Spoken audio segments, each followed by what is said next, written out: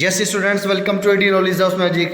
Students, हम पढ़ रहे थे चैप्टर टू में नेक्स्ट टॉपिक है कोऑपरेटिव सोसाइटी। कोऑपरेटिव सोसाइटी क्या होता है? कोऑपरेटिव सोसाइटी एक वॉलंटरी एसोसिएशन है पर्सन्स की, जिसमें ये लोग साथ आते हैं किसके लिए? म्यूचुअल हेल्प के लिए। म्यूचुअल हेल्प के लिए ये लोग एक संस्था का निर्माण करते हैं जिसको बोलते हैं कोऑपरेटिव सोसाइटी। और ये एक वॉलंटरी एसोसिएशन होती है, एक ऐच्छिक संस्था होती है। इस संस्था में जितने भी बंदे इसके मेंबर होते हैं वो सभी साथ में इस बिजनेस ऑर्गेनाइजेशन को स्टार्ट करते हैं खुद के वेलफेयर के लिए, म्यूचुअल हेल्प के लिए, एक दूसरे की मदद के लिए। मिनिमम 10 बंदों की रिक्वायरमेंट होती है कोऑपरेटिव सोसाइटी बनाने के लिए। इसका रजिस्ट्रेशन जरूरी होता है। Without registration we can't start cooperative organisation. इसके अंदर जितने भी मेंबर्स होते हैं उनके इक्वल वोटिंग राइट्स होते हैं। इसका जितना भी जो फाइनेंस आता है वो in form of share capital आता है बाय द मेंबर। एंड ये जो कोऑपरेटिव सोसाइटी है ये लोन भी रेज कर सकती है, बैंक से लोन भी ले सकती है अपने बिजनेस को बढ़ाने के लिए। अब बात करेंगे इसके फीचर्स की। इसका जो फीचर्स है पहला वो है the membership of a cooperative society is voluntary as person is free to join. इसमें कोई भी बंदा आकर इस बिजनेस इस कोऑपरेटिव सोसाइटी को ज्वाइन कर सकता है। मींस जिसे ये लगे कि हमारा कॉमन इंटरेस्ट है, जो बंदे ऑलरेडी इस संस्था में जुड़े हुए हैं उसका इंटरेस्ट और नए बंदे का इंटरेस्ट सेम है, तो कोई भी बंदा आके इसमें ज्वाइन कर सकता है अगर उनका कॉमन इंटरेस्ट है। इसके अंदर कोई रेस्ट्रिक्शन नहीं है, जितने मर्जी बंदे ज्वाइन कर ले जिनका कॉमन इंटरेस्ट है, और कितने भी कैपिटल के साथ में वो ज्वाइन कर सकते हैं। नेक्स्ट है the society can enter into contract and hold property in its name. इसका मतलब ये है इसकी खुद की क्या होती है? लीगल स्टेटस होता है, सेपरेट लीगल एंटिटी होती है किसकी? कोऑपरेटिव सोसाइटी की। इसका खुद का नाम होता है और इसकी एक खुद की अपनी अलग पहचान होती है। मीन्स जो इसके मेंबर है उनसे अलग पहचान होती है कोऑपरेटिव सोसाइटी की। ये अपने नाम से मार्केट में अपनी प्रॉपर्टी, अपने शेयर खरीद और बेच सकता है। अंडरस्टूड?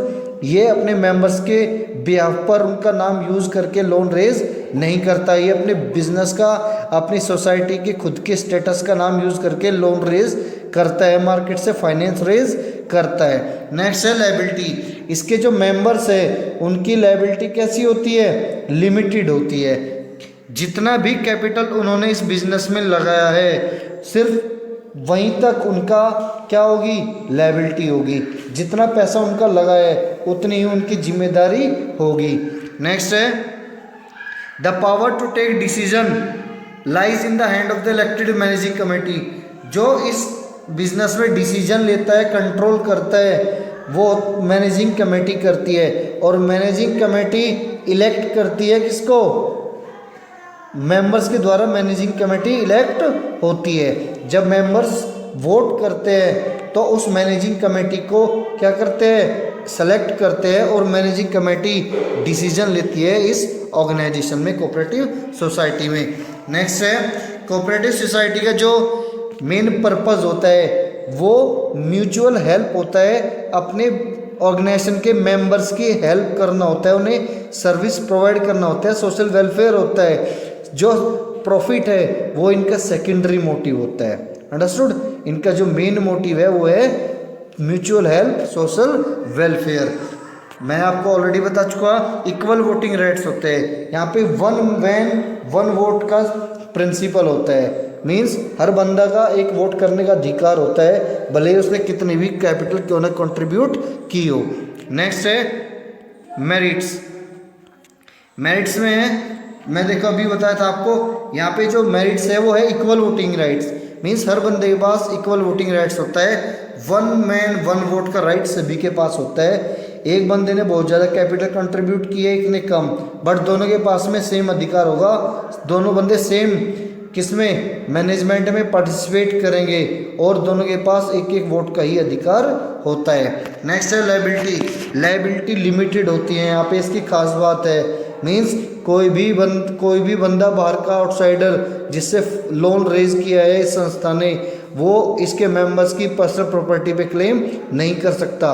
जिस बंदे ने जितना कैपिटल कंट्रीब्यूट किया है उतना ही उसकी जिम्मेदारी बनती है, उतना ही वो लायबल है किसी आउटसाइडर के लोन या क्लेम को पे करने के लिए।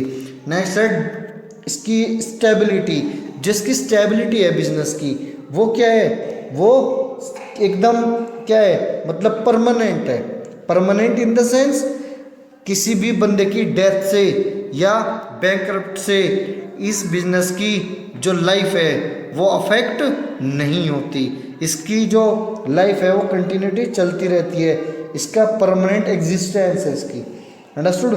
किसी मेंबर की डेथ होने से या इंसॉल्वेंट या बैंकरप्ट होने से इसकी बिजनेस ये बंद नहीं होता, ये ऑर्गेनाइजेशन बंद नहीं होती है, कंटिन्यूटी चलती रहती है। जो फोकस होता है यहाँ पे, जो मेन चीज़ है वो है इकोनॉमिकल। इसका जो कार्य है बड़ा इकोनॉमिकल है, बड़ा सस्ता है। क्यों? क्योंकि ये लोग खुद ही किसान मिलकर एक संस्था बनाते हैं कोऑपरेटिव सोसाइटी, और खुद ही रॉ मटेरियल, अपना खुद का रॉ मटेरियल को यूज़ करते हैं और उसके द्वारा ये उसे फर्दर सप्लाई करते हैं प्रोड्यूसर को। मीन्स जो मिडल मैन होते हैं बीच में बहुत सारे, उनको ये हटा देते हैं, वो हट जाते हैं ऑटोमेटिकली। जिसके हटने से जो रॉ मटेरियल है वो सस्ता पड़ता है इन्हें, क्योंकि ये खुद ही उस रॉ मटेरियल को अरेंज करते हैं, जिसकी वजह से इन्हें ये बिजनेस करना काफ़ी इकोनॉमिकल पड़ता है। नेक्स्ट है cooperative society. The idea of democracy and has find support from the. जो गवर्नमेंट होती है वो भी यहाँ पर हमें सपोर्ट करती है, कोऑपरेटिव ऑर्गेनाइजेशन को बहुत सपोर्ट करती है। वो इन्हें डिफरेंट काइंड ऑफ कंसेशन देती है, टैक्स में छूट देती है।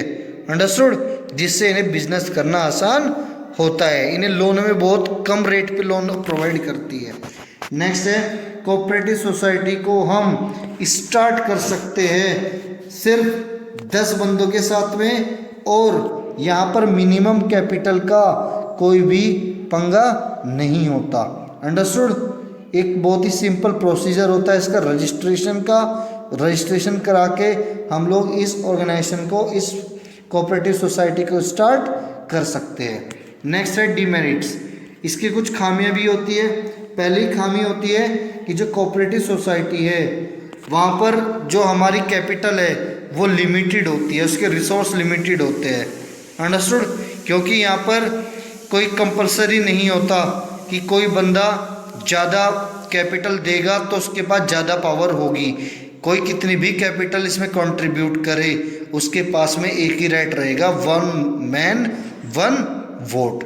अंडरस्टूड। जिसकी वजह से इन्वेस्टर डिस्करेज हो जाते हैं और वो लोग इसमें ज़्यादा रुपया इन्वेस्ट नहीं करते।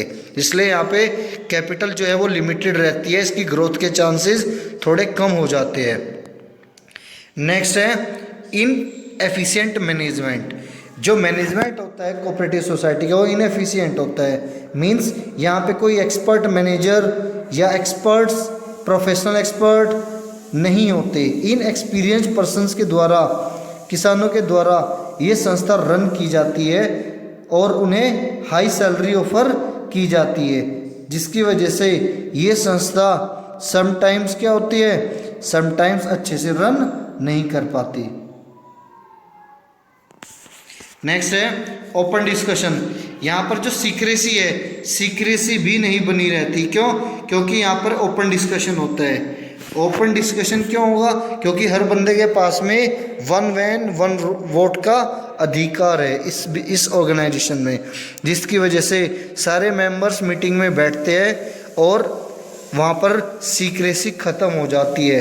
कोई भी सीक्रेसी नहीं रहती, कोई भी प्राइवेसी नहीं रहती।